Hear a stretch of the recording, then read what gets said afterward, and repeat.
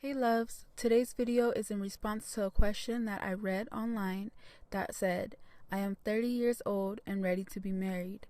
How do I get men to start seeing me as wife material? Now, there are plenty of women out there who are well into their 30s and happily unmarried, and that's okay.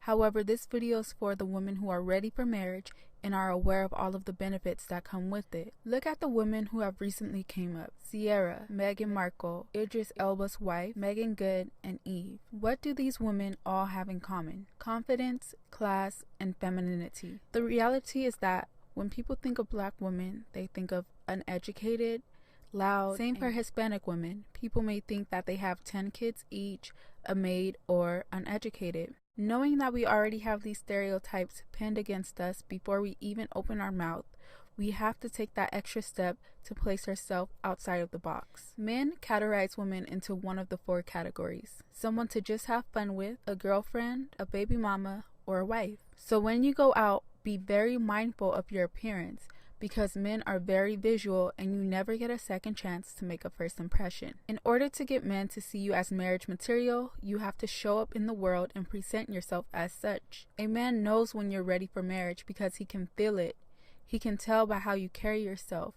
He sees that you're taking yourself more seriously.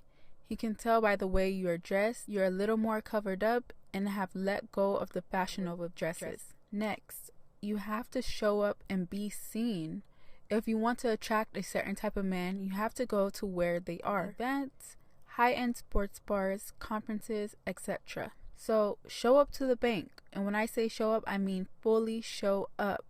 Show up to the grocery store or when you go for jogs. Show up entirely.